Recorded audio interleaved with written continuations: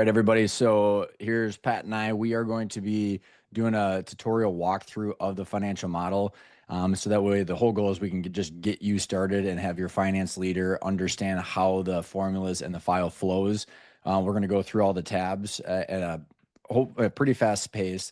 This will get us started. So that way, yeah, Pat's gonna be joining us in the group on a monthly basis over the next quarter, and we're going to be working on more videos. But we wanted to give everybody, there was a lot of questions on how do I start and how do you fill this out and how does all the formulas flow.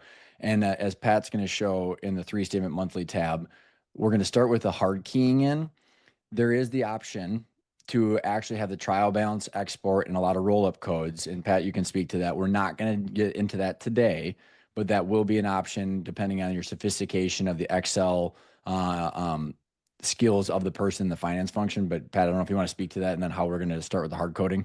Yeah, we started with this one because it's you can take your printed financial statements that you have, your income statement, your balance sheet, those two, and get started on this. If to export your trials and import them into here and do VLOOKUPs is a little bit more complicated, and happy and I think we'll have that option at some point. But um, most people that it's a little daunting, and I found where if that's what they have to do, they don't do any of it. And so we Yep. thought this was a way where if you literally have, if your financial person, your controller, your bookkeeper, whomever, they have their financial statements in front of them, they can just key this information in and get you going. And it's I don't want to overly simplify it, but it's really that simple. And so their accounts, they'll have to either look at their current statements, the income statement, the balance sheet, and just use those current naming conventions, or have a process to land on something that they agree Yep. upon. And there's also the ability to add lines too, right? So I just Adding lines is a little, that'll have to be the topic for a different video. okay, That's a little bit more involved okay, and probably what most people can do, Ryan. okay, So let's just start with this. And Ryan, interrupt me if I get to. okay. If you have your on this month three statement monthly, this is basically the input tab, and it's the balance sheet and the income statement that you have to input. The statement of cash flow down here will automatically calculate. So let's just go through some examples, and you can go back as far as you want to go, as far as you want to have people spend time doing this. You go back, or you could go back to 23, 24, and 25 if you want. That's totally up to you, or you can go back to 2016, whatever makes sense. So if they don't want to go back to 21, how does this file work? Can they delete the columns or like when they determine I want to go back 24 months, how should they handle that? Yeah, so whatever year you're starting with, say, and let's say in this case it was 2022, you do have to have your previous year-end balance sheet in here in order to get and year this is previous year end in order for statement of cash flows to work. You have to have the balance Yep. sheet of the prior year.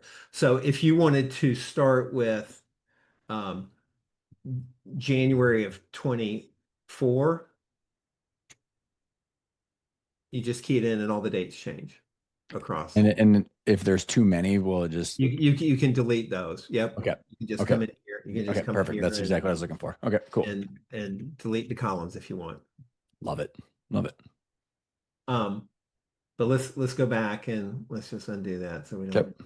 because going back a few years is really helpful. Yeah, totally. That's my suggestion is It's like really helpful. have But someone do the time. so you input, everybody's got cash line. So you input that number. You've got accounts receivable, you have inventory, prepaid. Whatever your balance sheet says, you can change these to do that. You may have uh, deposit on rent,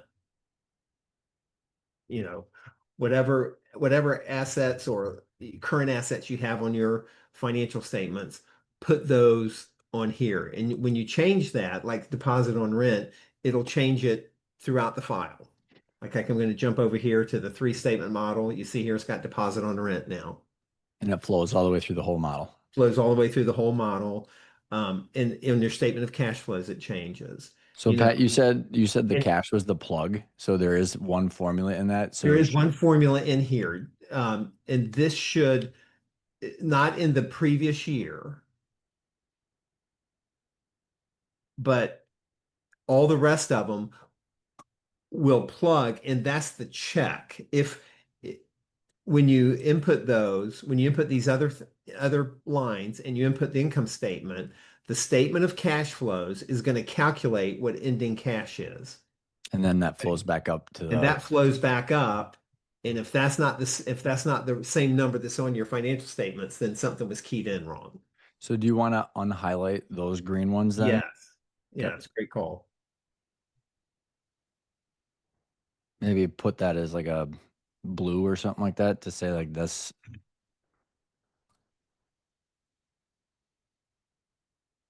Yep. Perfect. Yeah. So you can change these lines. I put rent deposit there. I've got a couple places. Whatever you have. If you're not using some of these, just highlight the rows and hide them. Okay. Don't delete them. Because if you delete them, then you got to go to every tab and figure out where to delete them. That's another reason that the complications of adding a row. So That's how the complicate. get Yeah, organized on the ones that you want to land on. get organized. And so you have your balance sheet. You have all these. You may have accrued PTO. That um, you have. And again, on the it'll show up down here as accrued PTO. Um, and so again, if you don't have those, if there's some extra lines here, I tried to put in enough lines to accommodate things. So Hmm. if you have more lines on your current liability section of your balance sheet, you're probably going to have to key in and add a couple numbers in together. You may have accrued payroll taxes and accrued PTO and accrued this, and you may want to label it accrued payroll benefits and taxes. And then over here, you're going to have to key in those three numbers together, just plus. And I think that the takeaway for the owners that are watching this is we're trying to figure out how to delegate this material or this activity to other people. So organizing the consensus on this. And if there is complications where you're running into, I would like to add lines or do the VLOOKUP with the trial balance. That's for a separate conversation, and we Yeah, will have to wait. We're trying to get people that can hard code this in to get the data as fast as possible, but we're going to be working on additional stuff in the yeah, future. yeah. And so you key these in, your notes payable. This is just historical information right off your financial statements, including your equity section. So you can change these and hide things if you don't have certain lines, or change the title of them. That'll work too. Um, then you get to the income statement. Again, I had several lines. You know, if you've got 20 revenue lines on your income statement, you're gonna have to combine them into these five somehow. Hmm. Or if your thought process is, well, that'll make the financial statements useless. If I have to collapse these into five, then talk to Ryan and we'll get together and use the other methodology using the trial, Hmm. where you can just create your own. But that takes some more Excel expertise, Hmm. and he may have some folks that can help do that. Um, but we tried to have enough here so that people could get started. Again, whatever your cogs are, if you change these, um, it'll change it throughout, and you just have to hard code. So, and same with SG&A. So you figure if you've got 50 accounts and 3 years worth of information, that's 36, you've got a couple of thousand entries to make. That may sound overwhelming, but somebody should be able to do a month and fill and key these in once they get going in 10 minutes at And most. that's where we would recommend your director of finance, controller, tell one of your lower level people how to do this. And Yeah. they should be the quality assurance and quality check on the information. And back to your point, Pat, if it doesn't balance out and that cash is not the final dollar amount, then it shows that your accounting was wrong in the So, past. something was, yeah, but it shouldn't, because, I mean, assuming your balance sheet balances, Well, this that's a big assumption, but yeah, this number up here tells you the file, this tab balances. It's a, one of the questions one of the clients had yesterday is if that's out of balance, uh-huh, do, do we know where that's coming from and why? it'd be hard. It'd be hard without looking at the file. It could be What would you very. suggest that people do about that if their So accounting there, was wrong? the very first thing is, and this sum is summing up three different places. This check is summing up three different places. The very first place to look is on your balance sheet Okay. to make sure assets and liabilities and equity equal. If these aren't all zeros, then you've keyed in a number wrong here. Got it. Okay. Somewhere. And but really that's the clean and accurate, Yeah. useful data that the controller's got to Yeah. be doing.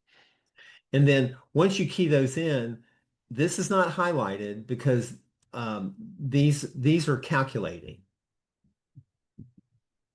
all these. And see, when I changed that deposit on rent up top on the balance sheet, it changed Mhm. it here, and it's doing the math to calculate what the change in cash flow is. And that's where I'd say that, Pat, what you've nailed down with this three statement model is the income statement and the balance sheet are mathematically connected.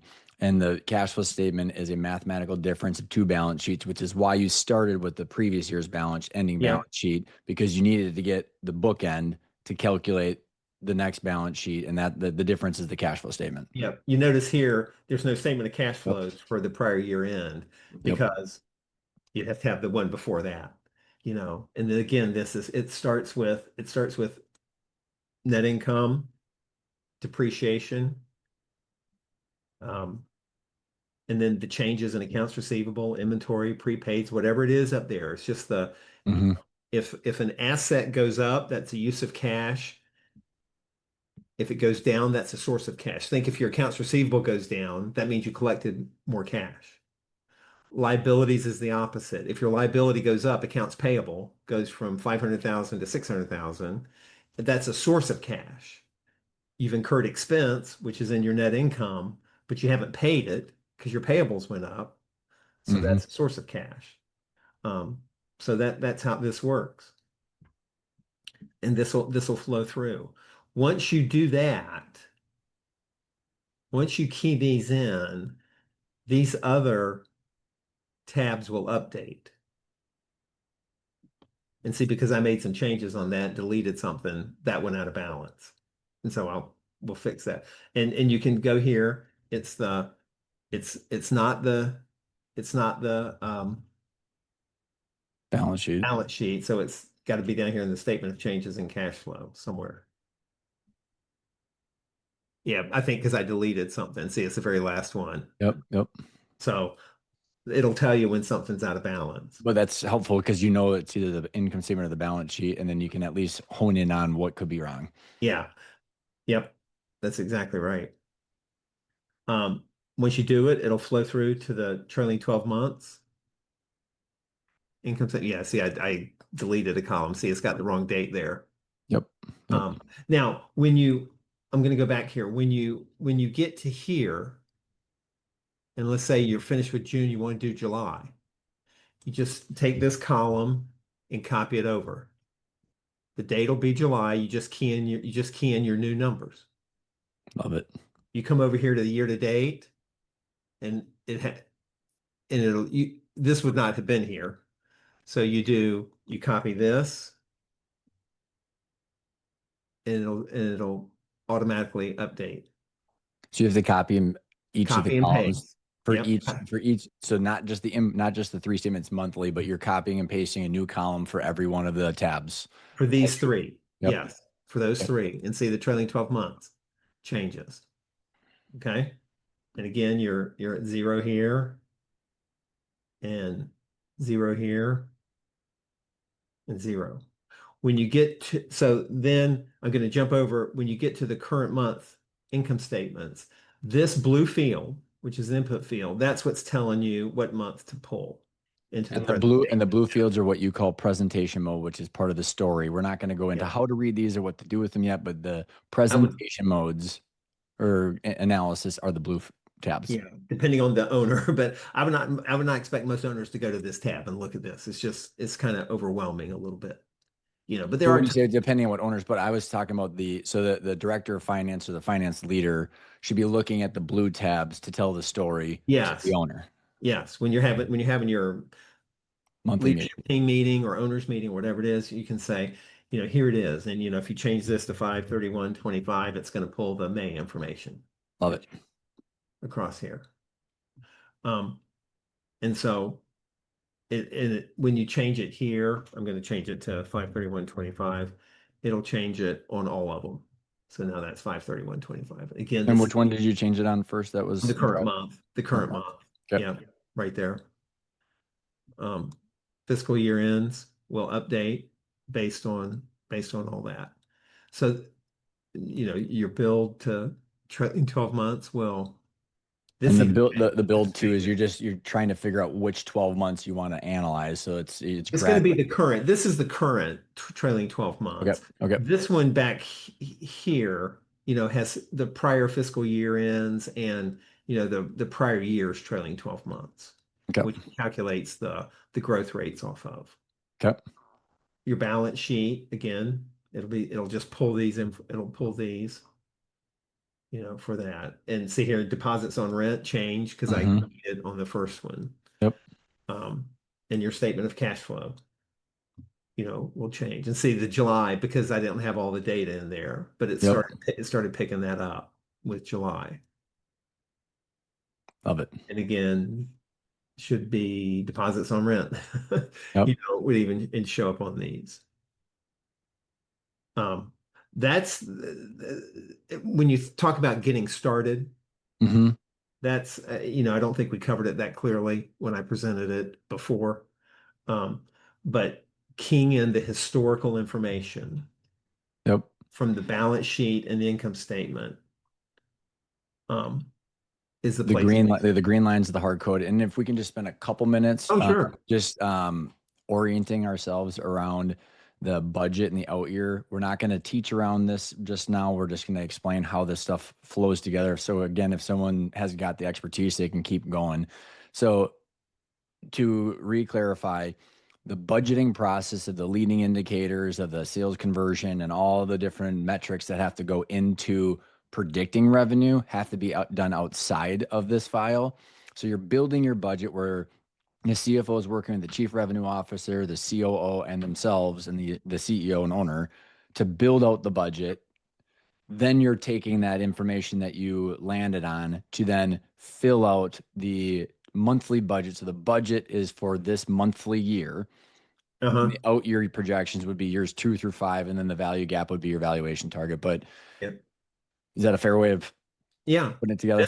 This file, the budget file is built outside of this model and then just copied and pasted in here. But the goal would be is to hard code the revenue, the cost of good, and the SG&A and the income statement. What then is populated because the cash flow statement is getting built out. Yeah, in this model, even the balance sheet has already been calculated and that needs to be done in your budget model. That doesn't happen in this model. And in the way, so if they, because I think Pat, with all of our experience, people are very familiar with forecasting out an income statement. They're probably not Yep. doing it to the ground up that we're proposing.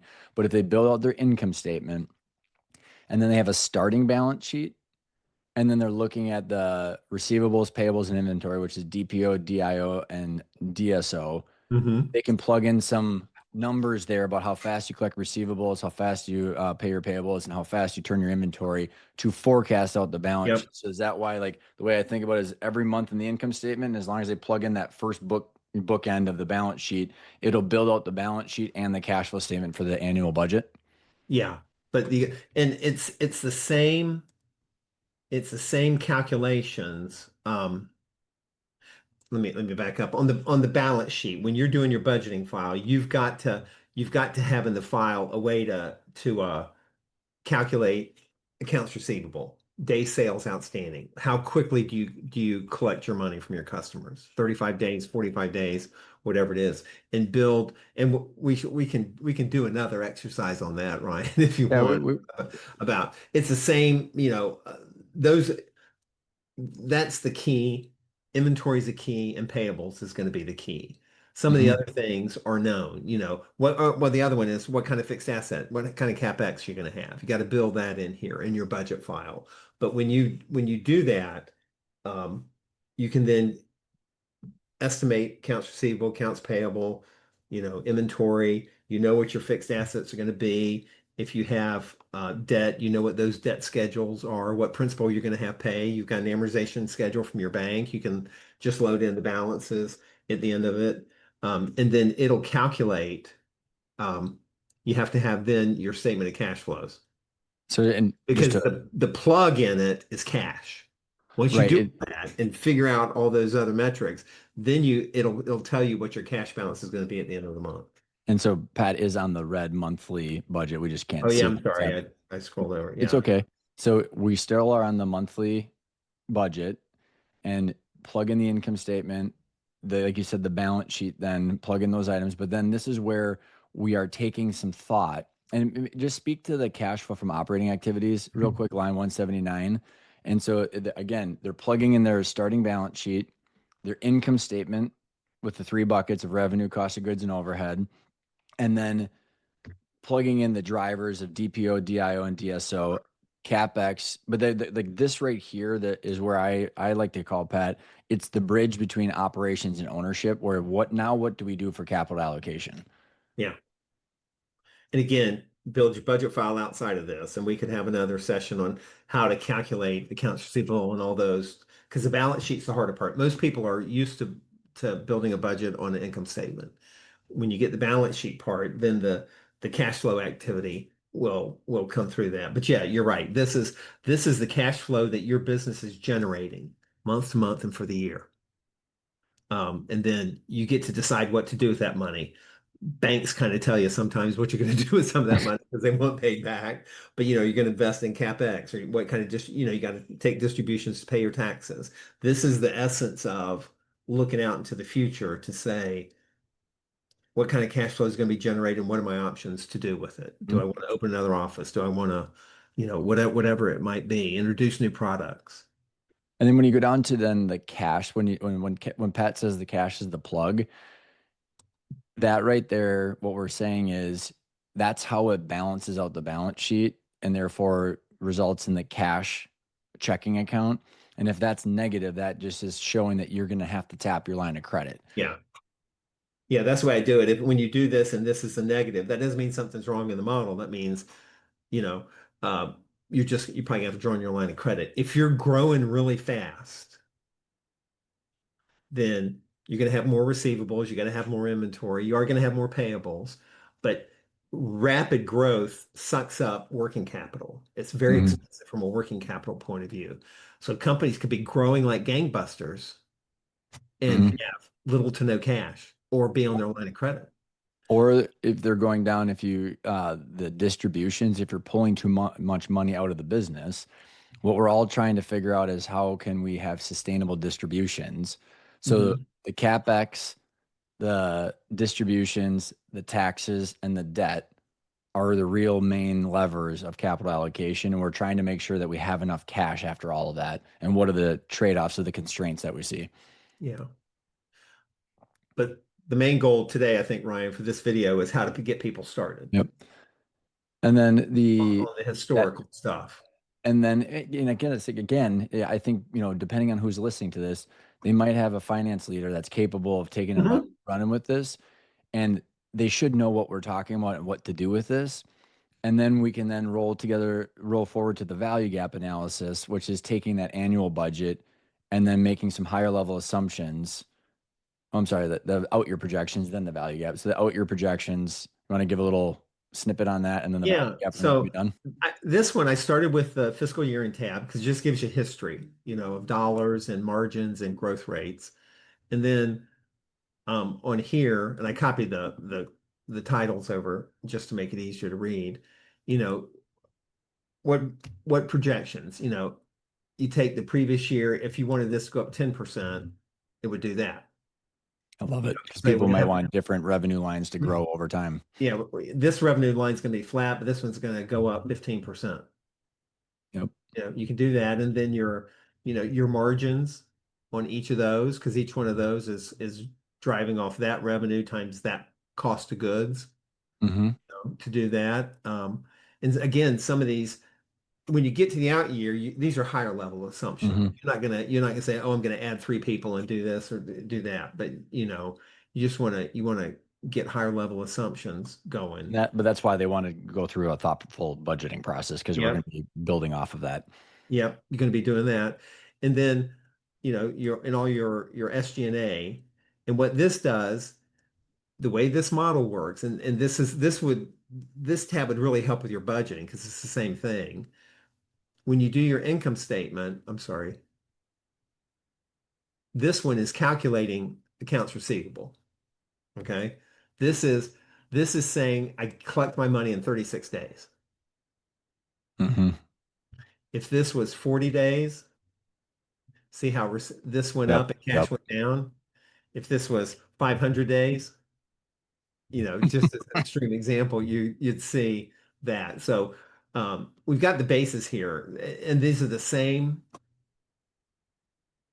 mechanics on your budget file when you want to build Hmm. your balance sheet. And just what's driving. These are the drivers. What's driving these calculations for Love that? it. Yeah. And then we got the normalized adjustments that people should be doing Yeah. every month that will help us with the value gap. Yeah. Hopefully, yeah. If normalizing adjustments, you get on here, it's already you're going to have things like if you're have some pay that's out of market, either below or not. If you spent $200,000 installing a new ERP system, in a historical period or even an out year, Recruiting costs, whatever that's recruiting one. costs. I had to spend 80,000 or $50,000 to hire somebody, but that happens once every 5 years. You want to add those in here and put them in the right month, and then it'll feed into all these presentation tabs. Where it comes down here and it'll Love pick it. up So those. cool. Awesome.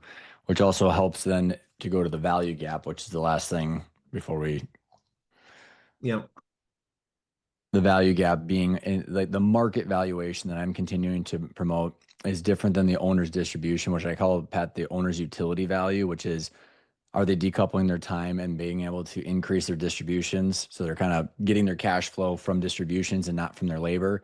But we want to have a peg to the market, say, okay, if I were to sell this to, regardless of the buyer, what's the market valuation of this? Where it's the normalized EBITDA, the multiple, net debt, and be able to understand what, if you were to sell the business, what would it be worth? Not talking about deal structures or all the different types of buyers. We're just saying as a benchmark, yeah, what would that be? And you've got a pretty good, like, I'd say, range and gauge and how to look at that. yeah. You can like this if you pick a year here, 12/31, I want to sell at the end of 27. You see this 3771, it's gonna go over here and pick up the normalized EBITDA It's awesome.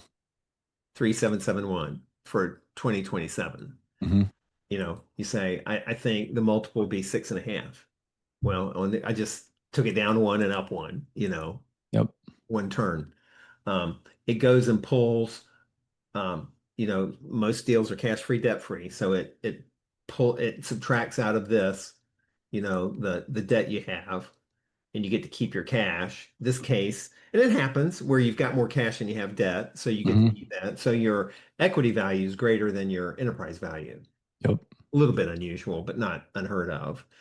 You throw in a tax, if you live in Florida, Texas, you got a different tax structure than if you're in Minnesota. Minnesota. Woo. So, you can put 25% here and, you know, um, and again, this may not even be 30,000 feet. This may be 50,000 foot Yep. level. Yep. But Yep. just some idea, and if your target's here, have I got to, if these numbers were precisely correct, you got to hit the high multiple to do that. Yep. Or you got to wait a year. Well, and that's like if you get all the cash at closing, which Yeah. the deal structures becomes a whole nother conversation. But yes, I love it. Yeah. So that's how it works. But we wanted Ryan's gotten some questions about how do I get started? Yep. And this is how you get started. Hopefully what we whet people's appetite. There's a lot more to come. Pat and I are going to be talking about, different financial literacy videos, but also there's other resources that I've been talking to and Pat's been helping with on, like, if you need mechanical and technical help, where to go from, because we don't want to open up Pat's phone line because that's not what his intention was out of this. He's been gracious enough to help us really get on second and third base so we can start taking ownership over this. Pat can't thank you enough. This is so cool. That's all right. I'm glad to help. Hope people get something out of it.